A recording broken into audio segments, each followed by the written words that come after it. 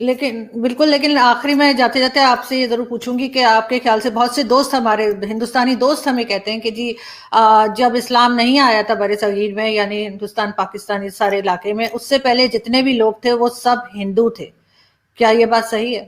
آپ مانتے ہیں اس بات کو کہ اسلام آنے سے پہلے جتنے بھی لوگ یہاں پر ہیں، ہمارے آباء و اجداد یا جو بھی، سب وہ ہندو تھے؟ نہیں دیکھیے، ہم کنورٹڈ مسلمان ہیں، اس میں کوئی دو رائے نہیں. ہم جو ہے ہندوستان پاکستان کے جو لوگ ہیں وہ کنورٹڈ مسلمان ہیں. یہاں جو لوگ عرب لوگ آئے تھے جنہوں نے ہندوستان پاکستان متحدہ ہندوستان کو فتح کیا تھا، وہ لوگ آئے اور واپس چلے گئے. انہوں نے یہاں آبادی تو کی نہیں، لیکن ان کی وجہ سے جو لوگ مسلمان ہوئے وہ ہم کنورٹڈ مسلمان ہیں. ہم یہ نہیں کہہ سکتے کہ ہمارے آباء و اجداد یا ہمارا شجرہ جو ہے نبی پاک صلی اللہ علیہ وسلم سے ملتا ہے یا کسی صحابی سے ملتا ہے. اگر کچھ لوگوں کے پاس شجرے ہیں تو وہ اتھینٹک بھی ہو سکتے ہیں، غیر اتھینٹک بھی ہو سکتے ہیں. لیکن اس میں کوئی دو رائے نہیں ہے کہ ہندوستان پاکستان کے جو مسلمان ہیں وہ کنورٹڈ مسلمان ہیں. مگر اس کا مطلب یہ بھی نہیں ہے کہ جو کنورٹڈ مسلمان ہیں وہ پکے مسلمان نہیں.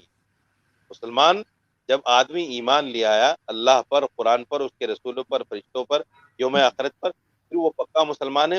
ان کے والد چاہے جو بھی تھے، جیسے صحابہ کرام جب نبی پاک صلی اللہ علیہ وسلم کے زمانے میں جب صحابہ کرام ایمان لائے تو ان کے والدین غیر مسلم تھے، لیکن صحابہ کرام مسلمان تھے، ایمان والے تھے. تو یہ تو نہیں کہا جا سکتا کہ اگر ماں باپ غیر مسلم ہیں تو پھر اولاد مسلمان نہیں ہو سکتی. تو ہم بھی مگر چونکہ وہ مگر وہ اسلام تو تلوار کے زور پر آیا تھا نا، کسی کی بھی گردن پہ تلوار رکھ دیں گے تو وہ اپنے آپ ہی کلمہ پڑھ دے گا. یہ آپ سوچ ہے، اسلام اگر تلوار کی زور سے پھیلتا تو 800 سال مسلمانوں نے حکومت کی ہے، ہندو تو ایک بھی نہیں بچتا، سارے ہندو ختم ہو گئے ہوتے. 800 سال کا زمانہ معمولی زمانہ نہیں ہوتا محترمہ. اگر تلوار کے زور سے اسلام پھیلتا تو ہندو تو کوئی بھی نہیں بچتا، نہ ہندوستان میں، نہ پاکستان میں، نہ بر صغیر میں. اسی لیے آپ نے دیکھا ہوگا، میں ہندوستان کی مثال آپ کو دیکھتا ہوں، جتنے بھی مسلمان بادشاہ گزرے ہیں انہوں نے اگر مسجد بنوائی تو ساتھ میں مندر بھی بنوایا، عیدگاہ بنوائی تو ساتھ میں مندر بھی بنوا دیا. ایسے جمہوری اقدار کو سامنے رکھنے والے اور اس پر عمل کرنے والے مسلمان بادشاہ تھے اس وقت میں کہ انہوں نے مندروں میں دان دیے، مندروں میں برتن خرید کر دیے، مندروں میں لنگر چلوائے، مندروں کو آباد کرایا. تو اگر اسلام تلوار کی زور سے پھیلتا تو معاف کیجیے گا ایک بھی ہندو نہیں بچتا.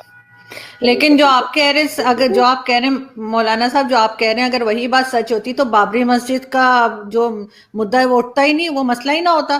وہ تو کہہ رہے ہیں کہ یہ تو مندر تھا اور اس کو توڑ کر اور اوپر مسجد بنا دی گئی. اگر آپ کہہ رہے ہیں جیسے آپ بقول آپ کے کہ جہاں پہ مسجد ہوتی تھی وہی مندر ہوتا تھا، جہاں مندر ہوتا تھا وہاں مسجد، تو پھر اس طریقے سے پھر مندر کو نہ توڑا گیا ہوتا اور بابری مسجد نہ بنا دی گئی ہوتی.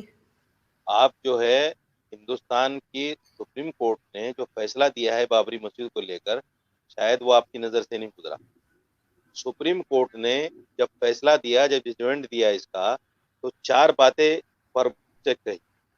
سب سے پہلی بات یہ کہی کہ ہمیں ایسا کوئی ثبوت نہیں ملا کہ مندر توڑ کر مسجد بنائی گئی ہو. دوسری بات یہ کہی کہ 1949 میں جو بابری مسجد میں مورتی رکھی گئی تھی وہ غیر قانونی طریقے سے رکھی، یعنی چوری سے رکھی گئی تھی. تیسری بات یہ کہی کہ جو 1992 میں بابری مسجد کو شہید کیا وہ ان لیگل تھا، وہ غیر قانونی تھا. چوتھی بات یہ کہی کہ جو لوگ مسجد کو توڑنے میں شریک تھے ان کو سزائیں ملنی چاہیے.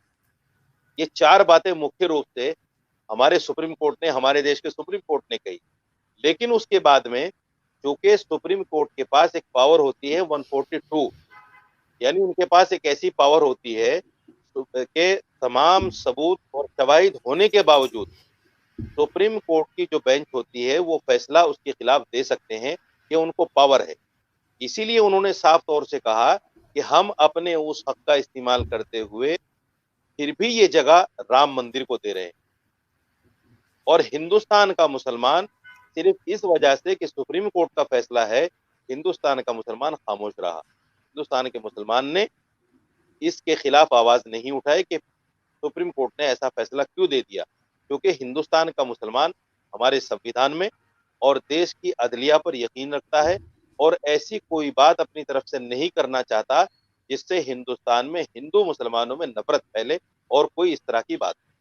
تو میں آپ سے کہنا چاہتا ہوں کہ اس ججمنٹ کو آپ پڑھ لیجئے. ایسا کوئی ثبوت سپریم کورٹ کو نہیں ملا کہ مندر توڑ کر مسجد بنائی گئی ہو. اسی لیے میں نے ایک بیان دیا تھا اس کے بعد میں، جس کے خلاف میرے خلاف بڑی لیدے ہوئی.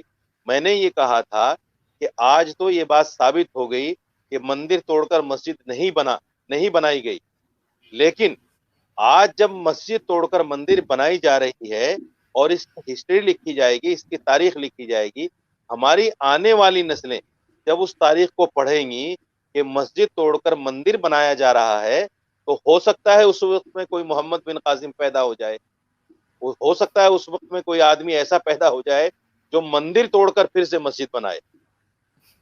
میں نے یہ بیان دیا تھا اور آج بھی میں اپنے اس بیان پر قائم. چونکہ سپریم کورٹ نے کہا ہے کہ مندر توڑ کر مسجد نہیں بنائی گئی، تو مجھے یہ کہنے کا پورا حق ہے کہ آج مسجد توڑ کر انلیگل طریقے سے مندر بنایا جا رہا ہے. تو جب ہسٹری آنے والے وقت میں پڑھی جائے گی تو ظاہر بات ہے مسلمانوں کا خون جو ہے جوش میں آئے گا، اور ایسا ہو سکتا ہے. میں یہ نہیں کہہ رہا ہوں کہ ہو جائے، نہ میں یہ کہہ رہا ہوں کہ ایسا کرنا چاہیے، بالکل نہیں کہہ رہا ہوں، لیکن آنے والا وقت کیا ہو سکتا ہے، کیسے ہو سکتا ہے، کیسے. بالکل ٹھیک. بہت شکریہ کہ آج آپ نے جوائن کیا. آپ سے بات کر کے بہت اچھا لگا، کافی چیزیں سمجھنے کو ملی. لیکن یہی ہے کہ مسلمانوں کا جوش اگر ایجوکیشن کی طرف ہو جائے تو زیادہ بہتر ہے کہ وہ کوئی ویکسین بنا لیں، کبھی کوئی میڈیسن بنا لیں، کبھی کوئی سائنٹسٹ نکل آئے، اور کبھی کوئی جس طرح سے میں کہہ رہی ہوں کہ موبائل ہو گیا، انٹرنیٹ ہو گیا، اس طرح کی کوئی چیز ایجاد کر دیں، بجائے اس کے کہ بس صرف مسجد اور مندر کے بیچ میں ہی ادھر سے ادھر ہوتے رہیں. اس سے بہتر ہے کہ ایجوکیشن کی طرف جائیں، جو کہ بہت کم میں نے دیکھا ہے کہ مسلم کنٹریز میں سے شاید جو دنیا کی 100 بہترین یونیورسٹیز ہیں ان میں سے ایک بھی اسلامک کنٹری میں نہیں ہے. یہ چیز کبھی بھی مسلمان اس کی طرف نہیں جاتے. بہت شکریہ مولانا صاحب کہ آج آپ نے جوائن کیا. شکریہ.